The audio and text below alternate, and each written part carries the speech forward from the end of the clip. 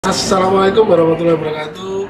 Perkenalkan, nama saya Ragil Sugeng Dewantoro. Saya adalah mahasiswa PPG dalam jabatan angkatan ketiga di Universitas Negeri Makassar untuk program teknik kimia. Ya.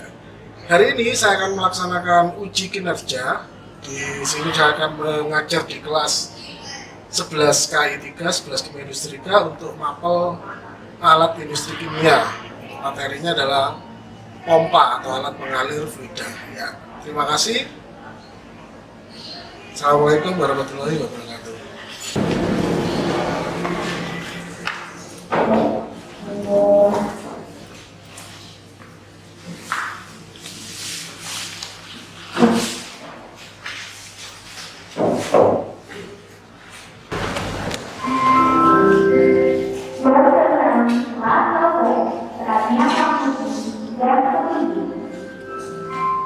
Ya, Assalamualaikum warahmatullahi wabarakatuh. Waalaikumsalam warahmatullahi wabarakatuh.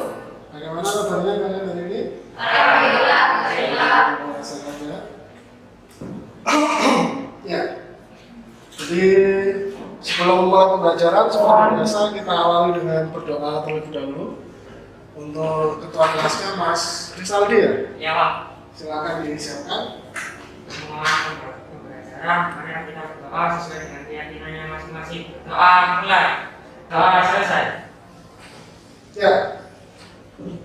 Hari ini kita akan belajar mengenai mata pelajaran AIK, tapi sebelumnya seperti biasa untuk meningkatkan rasa nasionalisme dan patriotisme kita akan menyanyikan lagu wajib ya, satu lagu wajib. Ya, silakan berdiri, kita nyanyikan lagu nasional Bangun Pemudi Pemuda dengan penuh semangat ya, dengan penuh nasionalisme. Nah, kita mulai.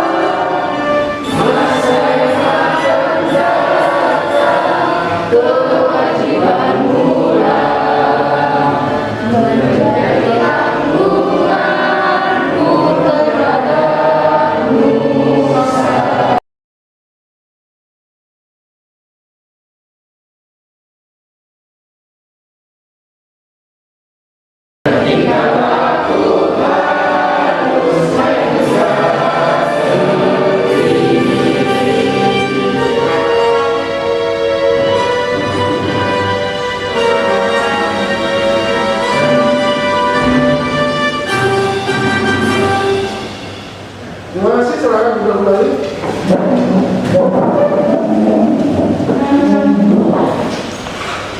Dari jumlahnya ini ada 16, harusnya 17 ya hari ini yang masuk ya? Berarti ada satu yang nggak masuk. Siapa yang nggak masuk hari ini? Hilda. Ya, oke. Ya, ada suratnya ya? Iya, izin Pak. Izin, oke. Terima kasih banyak. Ada yang masih ingat materi minggu yang lalu apa pelajarannya? Saya Pak. Ya, silakan. Minggu lalu pelajarannya tentang pipa dan instrumen diagram. Ya, jadi tentang perpipaan ya, materi 4 kan instrumen diagram. Hari ini kita akan belajar mengenai alat pengalir fluida. Jadi seperti yang kita tahu kemarin bahwa pipa itu digunakan salah satunya adalah untuk mengalirkan fluida ya. Jadi maksudnya untuk tempat aliran fluida. Nah, tetapi apa yang mengalirkan, apa yang membuat fluida itu bisa mengalir di dalam pipa tersebut? Nah, itu yang akan kita pelajari hari ini. Jadi sebelum kita mulai pembelajaran, akan saya berikan pretest dulu. Pretest ini adalah untuk mengukur seberapa tahu kalian, pengetahuan awal kalian tentang mata atau tentang materi yang akan kita bahas sebentar lagi. Siapkan handphonenya karena kita pretestnya online.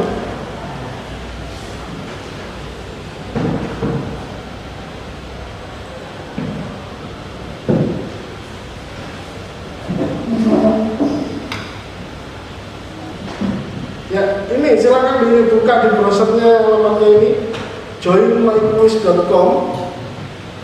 Kemudian masukkan kodenya ini. Jadi di browsernya diketik dulu ini joinmyquiz.com. Kemudian masukkan kode ini.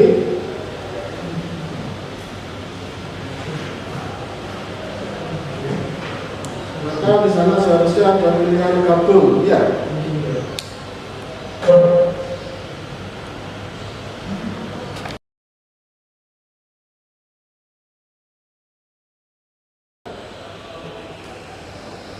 Ya, silakan dimulai.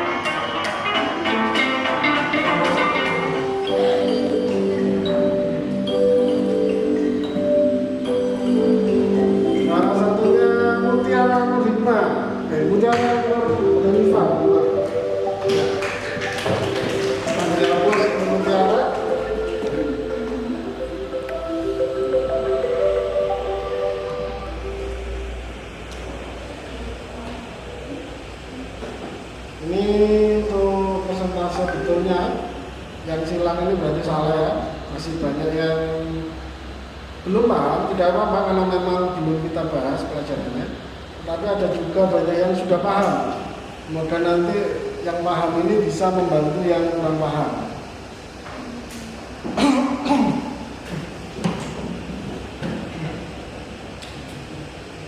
Oke, selanjutnya akan saya tampilkan untuk tujuan pembelajaran dan langkah-langkah pembelajaran yang akan kita lalui hari ini.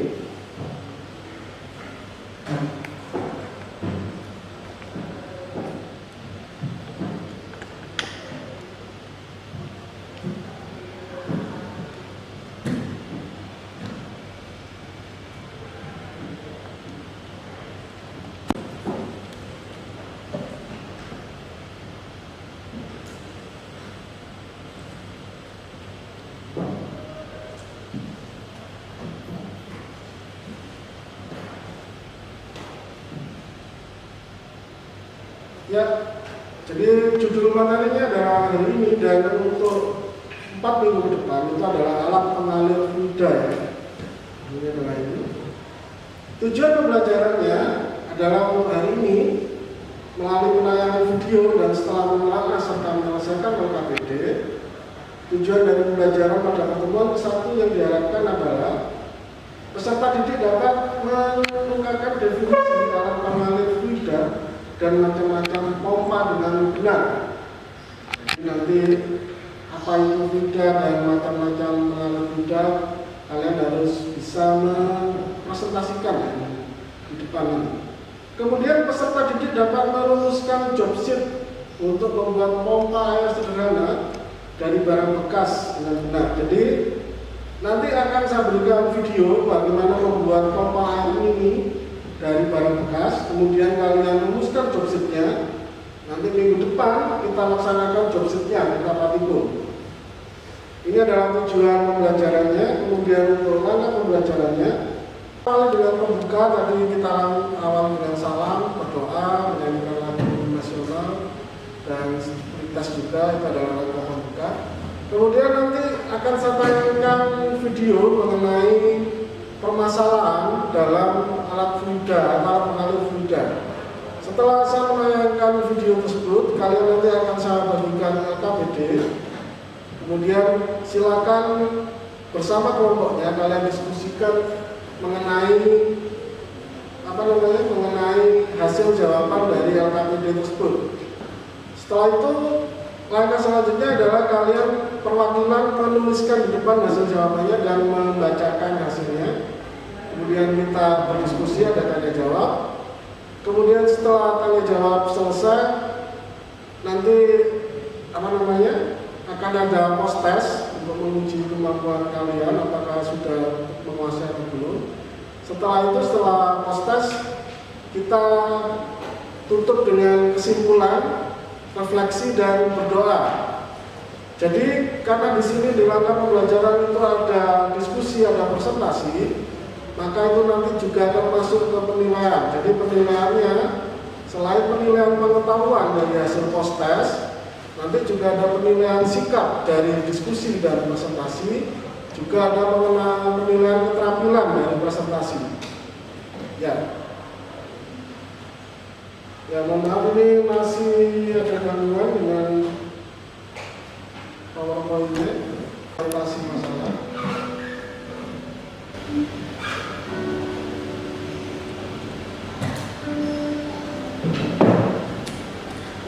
Ya, apakah fluida itu? Pernahkah Anda mendengar tentang fluida? Fluida didefinisikan sebagai segala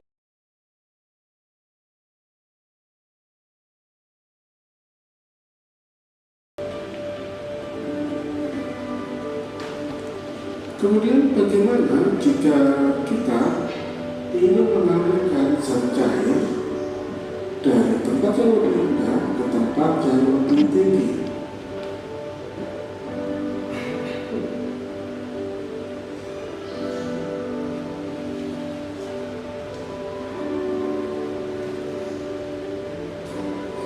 Misalkan jika kita menggunakan air dari danau yang dekat saya ini ke tangki air yang di dekat saya, tentu saja air tidak akan bisa mengalir secara alami dari tempat yang lebih rendah ke tempat yang lebih tinggi. Secara alami, air tidak memiliki cukup energi untuk bisa mengalir dari tempat yang lebih rendah ke tempat yang lebih tinggi. Oleh karena itu diperlukan alat tambahan supaya air dapat mengalir dari tempat yang lebih rendah ke tempat yang lebih tinggi. Inilah yang akan kita pelajari hari ini, yaitu alat pengalir fluida zat cair. Untuk selanjutnya, silakan Anda diskusikan dengan kelompok Anda untuk menyelesaikan LKPD yang telah disediakan. Ya, jadi yang dipermasalahkan di sini adalah ketika kita ingin mengalirkan fluida melawan sifat alaminya, ya. Jadi kalau misalkan sifat alaminya air itu dia mengalir dari tempat tinggi ke tempat yang lebih rendah. Nah, kalau kita mau mengalirkan sebaliknya bagaimana? Nah, di situ kita butuh alat yang kita sebut sebagai alat pengalir fluida. Oke, sudah terbentuk kelompok ya dari minggu kemarin ya. Kelompok pertama ada Miftah. Irfan, Mutiara, dan Nurul. Silakan duduk di sebelah sini ya.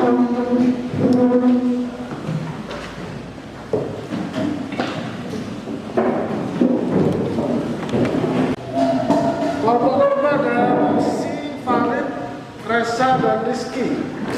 Silakan di sebelah sini.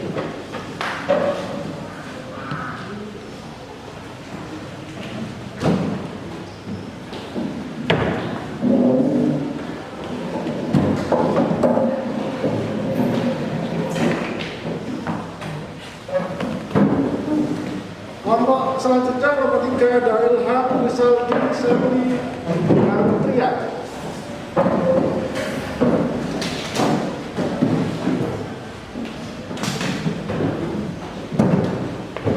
Yang terakhir Wahyu, Firda, Wanda, dan Melda. Karena Melda tidak ada, jadi 3 orang yang jawab ya.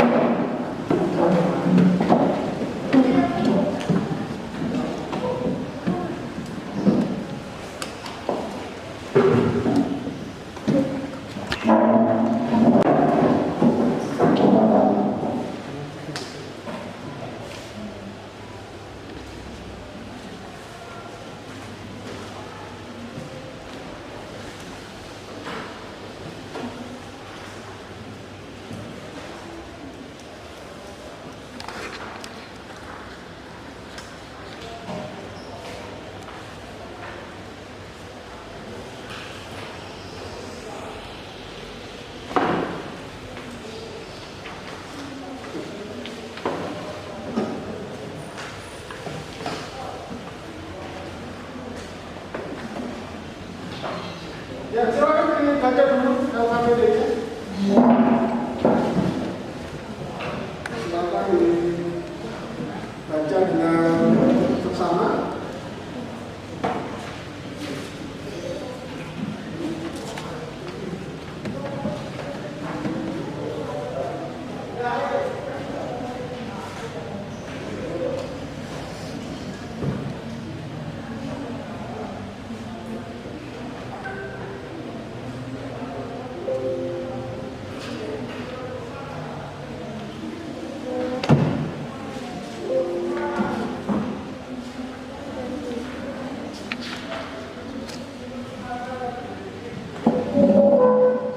Sudah dibaca LKPD-nya?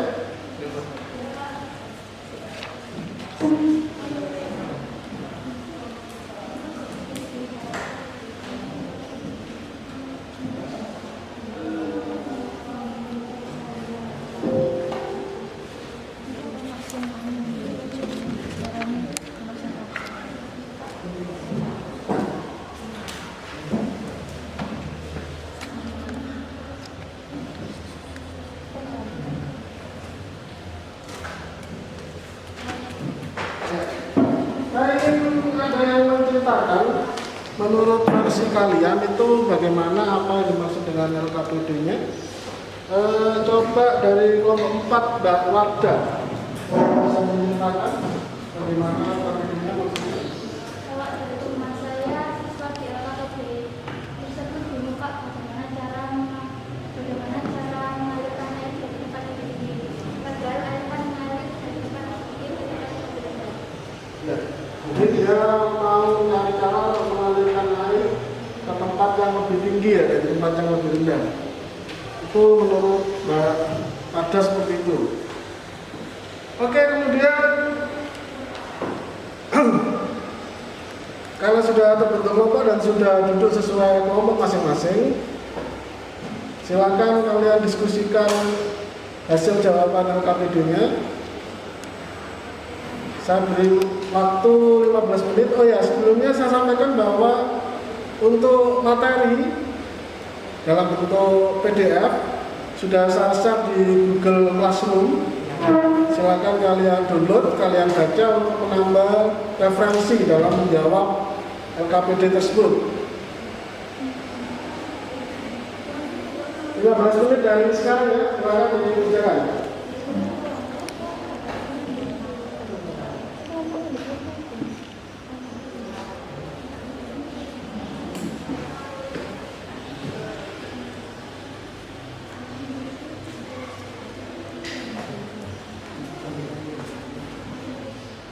Nomor 1 bagaimana? Aman? Kalau ada yang tanyakan silakan ditanyakan ya.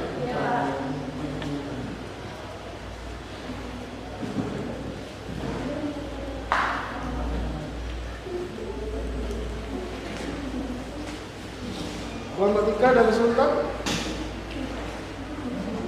Kalau ada kesulitan bisa tanya ya.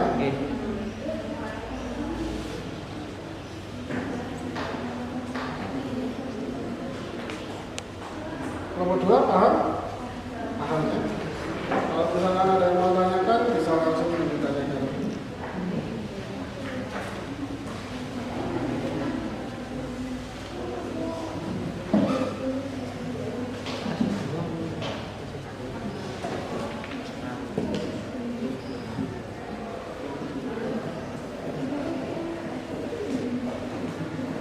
Kelompok 4 gimana? Ada kesulitan diskusinya? Meskipun cuma bertiga, aman ya? Silakan dilanjutkan diskusinya. Kalau ada yang tanyakan langsung saja ya, tanyakan ya.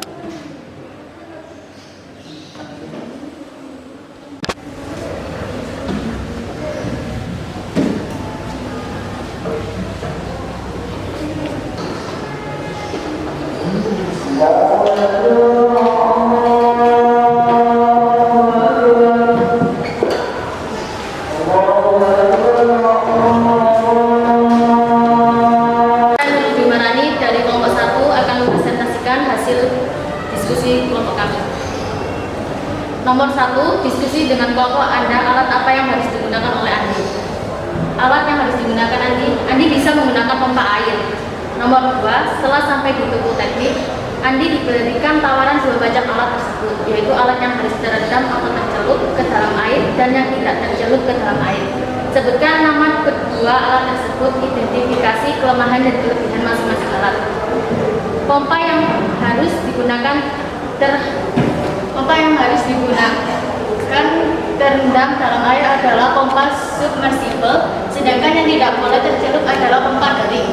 Kelebihan pompa submersible adalah A. Hemat daya, B. Self cleaning karena terendam dalam air maka tidak perlu air pancingan, C. Debit air yang cukup besar, D. Tahan terhadap gravitasi, E. Karena terendam dalam air maka suara yang dihasilkan terendam oleh air. Kelemahan pompa submersible: A. Tidak ekonomis, B. Apabila dibutuhkan perawatan maka perawatannya lebih sulit. Nomor 3, selain kedua alat tersebut, diskusikan jenis-jenis alat pengalir fluida zat cair yang lain. A. Pompa torak. Pompa ini menggunakan piston yang bergerak bolak-balik dan mendorong fluida. Pompa ini cocok untuk cairan dengan viskositas tinggi. B. Pompa sentrifugal. Pompa ini menggunakan impeller yang berputar. Impeller tersebut akan memberikan gaya sentrifugal terhadap cairan sehingga cairan terdorong keluar. Terima kasih. Wassalamualaikum warahmatullahi wabarakatuh. Waalaikumsalam.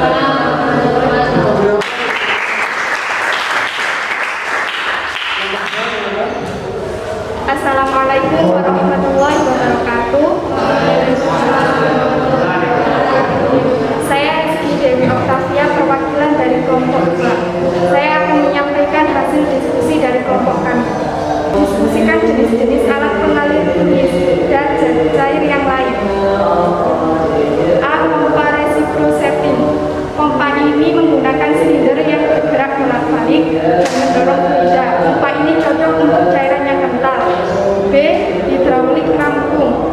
Pompa hidram atau hydraulic ram adalah pompa air tanpa motor. Pompa ini menggunakan energi potensial sumber air yang akan dialirkan sebagai daya penggerak. Sekian, terima kasih. Wassalamualaikum warahmatullahi wabarakatuh.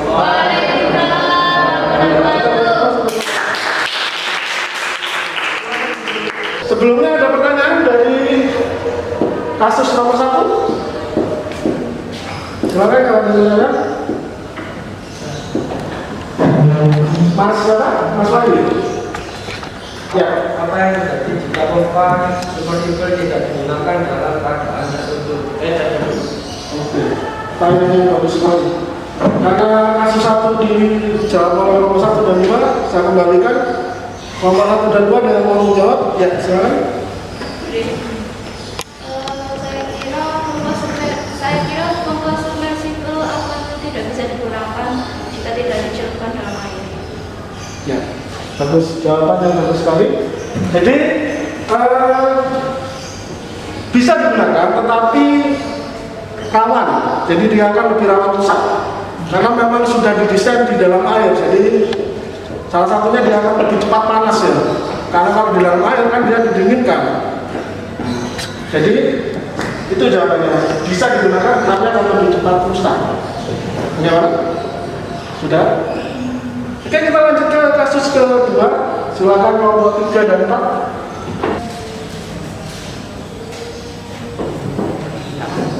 Nah, tidak pernah ya? Gantian aja ya? Sudah lagi ya?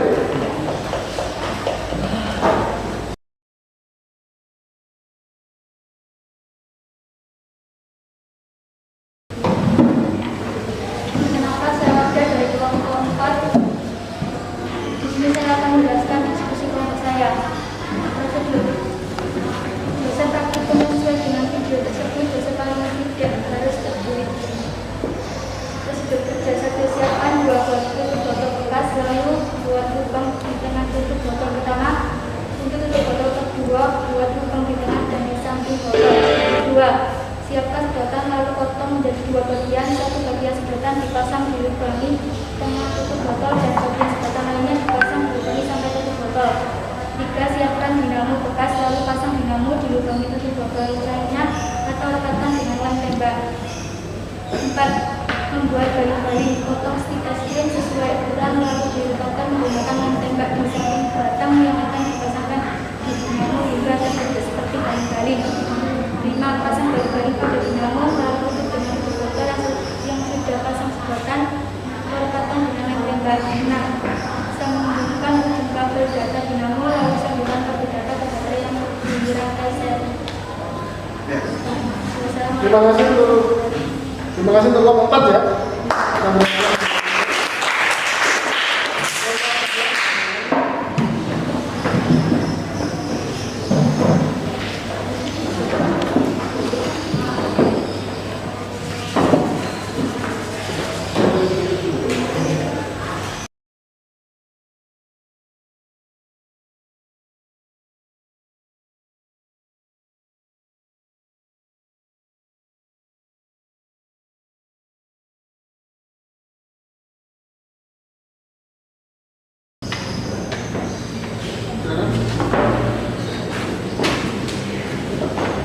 Assalamualaikum warahmatullahi wabarakatuh.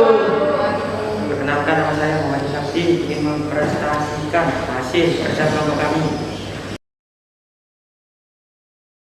Terima kasih. Ya, terima kasih kelompok 4. Kita beri sambutan. Ada yang ditanyakan? Ya, silakan. Kalau pakai jalur dari HP, tapi kenapa kalau pakai baterai? Untuk kelompok 4 berarti ya? Ya. Tanyanya, oke. Kelompok 4 silakan dijawab. Menurut saya tidak ada masalah menggunakan charger HP ataupun baterai karena sama-sama mengalihkan listrik untuk dinamo. Jadi betul sekali pertanyaan yang bagus dari Mas siapa tadi? Siapa? Irfan ya, Mas Irfan ya, terima kasih. Pertanyaannya bagus sekali dan jawabannya bagus. Jadi memang benar tujuannya itu adalah untuk menghidupkan dinamonya. Dinamo dia hidup butuh energi listrik. Kalau yang pakai charger berarti dia menggunakan energi listrik 5 volt 1 ampere, sekitar 1 ampere. Jika dia bisa menggunakan baterai yang menghasilkan energi yang sama, ya tidak apa-apa. Yang penting tujuannya sama, untuk menghidupkan dinamonya ya. Bagaimana Mas Irfan? Ya. Terima kasih atas presentasinya. Saya beri beberapa penguatan terlebih dahulu, terutama mengenai tadi yang disebutkan oleh kelompok sebelumnya, ada hidrat dan pompa kavitasi. Kavitasi pada pompa.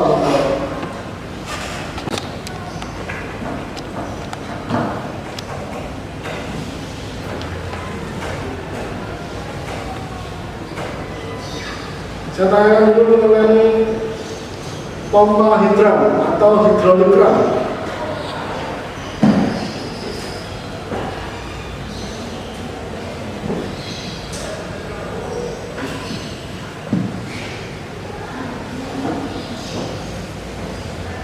Ini adalah contoh pompa hidran. Jadi pompa hidran ini ada di Sukorejo, masih tidak terlalu jauh dari kita. Kurang mantap itu. Bentuknya seperti ini pompa hidran ini. Jadi besar, ya. Saya coba, bismillahirrahmanirrahim. Tapi dia kelebihannya tidak menggunakan tenaga listrik.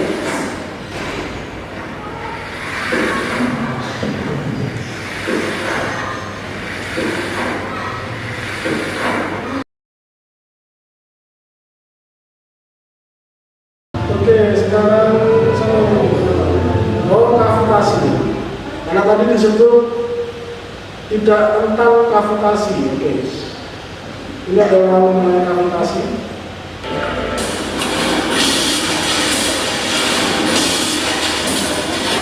Ounce per square inch, a remarkable fella. Ini terus. If a propeller spins quickly, it leaves a trail of bubbles behind it. Ini jika ada kapal selam dengan balik-balik, As the bubbles pop, they make a lot of noise. maka ketika balik-baliknya dia berputar, maka akan tercipta gelembung-gelembung air ya. Betul ya? These bubbles are not through. Dan ini bisa terjadi juga di pompa. Karena kita tahu tadi disebutkan pompa sentrifugal yang memakai impeller ya. Impeller itu ya balik-balik. Begitu juga di pompa yang sederhana, itu ada balik-baliknya yang kita buat dari stick es krim kan? Ya.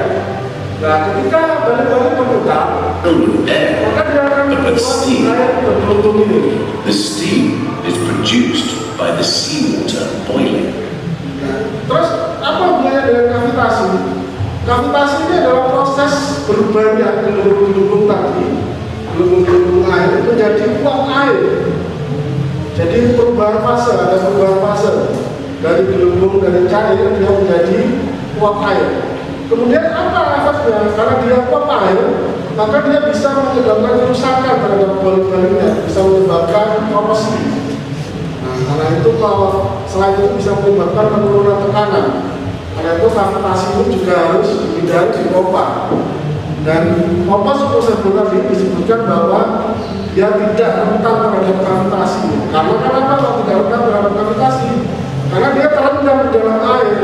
Jadi kemungkinan gelembung-gelembung tadi menjadi uap air itu lebih kecil daripada ketika pompanya di atas tanah ya. Oke, itu yang saya sampaikan mengenai kavitasi. Saya kira itu kekuatan materi dari saya. Ada yang tanyakan? Silakan kalau ada yang tanyakan. Ada ya? Jadi langkah selanjutnya kita akan post test. Kita akan uji. Oh, mohon maaf, LKPD-nya belum dikumpulkan ya? Silakan dikumpulkan dulu LKPD. 5 soal saja.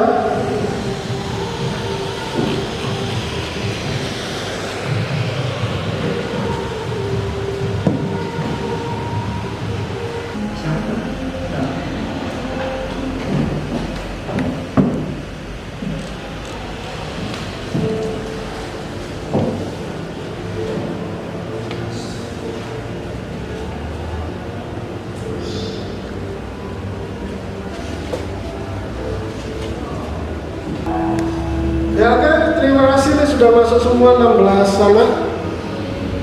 Dari hasilnya ini ada beberapa yang masih di bawah KKN. Ya, tidak perlu saya sebutkan ya. Nanti akan saya berikan pengumumannya di Google Classroom. Siapa saja yang di bawah KKN nanti silakan kerjakan tugasnya di Google Classroom di bagian remedi ya. Sedangkan untuk yang sudah di atas KKM, silakan kerjakan tugas di Google Classroom untuk bagian pengayaan. Ya, hanya ada 2 anak saja yang remedi, yang lainnya sudah di atas KKM. Ya. Berarti alhamdulillah materinya bisa dipahami ya. Oke, sekarang kita sudah lewati semua, tinggal penutup. Untuk kegiatan penutup ini kita refleksi dulu.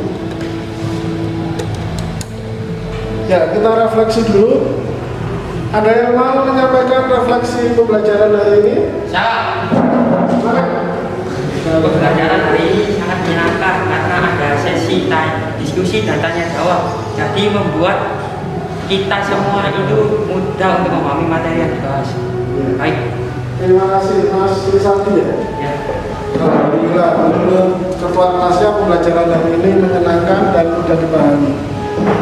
Saya harapkan pembelajaran kita ke depannya itu tetap seperti itu, tetap menyenangkan, tetap mudah dipahami. Kemudian kita masuk ke sesi kesimpulan. Apa ada yang mau menyampaikan kesimpulan? Silakan. Ya, silakan Mbak. Dari pembelajaran hari ini dapat disimpulkan bahwa pompa adalah alat untuk mengalirkan fluida cair. Pompa ada beberapa macam dan masing-masing ada kelebihan serta kekurangan. Terima kasih. Ya, terima kasih sudah disampaikan kesimpulannya. Saya tambahin kesimpulannya bahwa pompa ini alat pengalir fluida cair ya. Jadi dia dengan cara menambahkan energi mekanis ke dalam cairannya. Karena ada tambahan energi mekanis itu, maka airnya dia akan memiliki cukup energi untuk bergerak dari tempat yang lebih rendah ke tempat yang lebih tinggi atau bergerak ke tempat yang lebih jauh. Itu adalah pompa air ya. Jadi dan pompa air itu bermacam-macam. Minggu depan sambil praktikum kita akan belajar mengenai bagian-bagian pompa. Jadi karena kita praktikumnya adalah membuat pompa mini, maka nanti kita akan tahu ini bagiannya ini yang membuat air bisa mengalir. Itu. Baik, saya kira pembelajarannya cukup sampai di sini. Terima kasih atas partisipasi kalian, terima kasih atas diskusi dan presentasinya yang menarik tadi. Dan karena kita mengawali dengan berdoa, mari kita juga menutup pembelajaran ini dengan berdoa, dengan harapan ilmu yang kalian dapatkan hari ini bisa membawa manfaat dan barokah ya. Mas ketua kelas, Mas Rizaldi, silakan dipimpin teman-temannya untuk berdoa. Belum mengakhiri pembelajaran ini, alangkah baiknya kita berdoa sesuai dengan keyakinannya masing-masing. Doa mulai.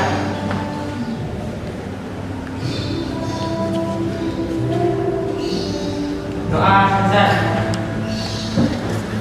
Ya, terima kasih saya Assalamualaikum warahmatullahi wabarakatuh.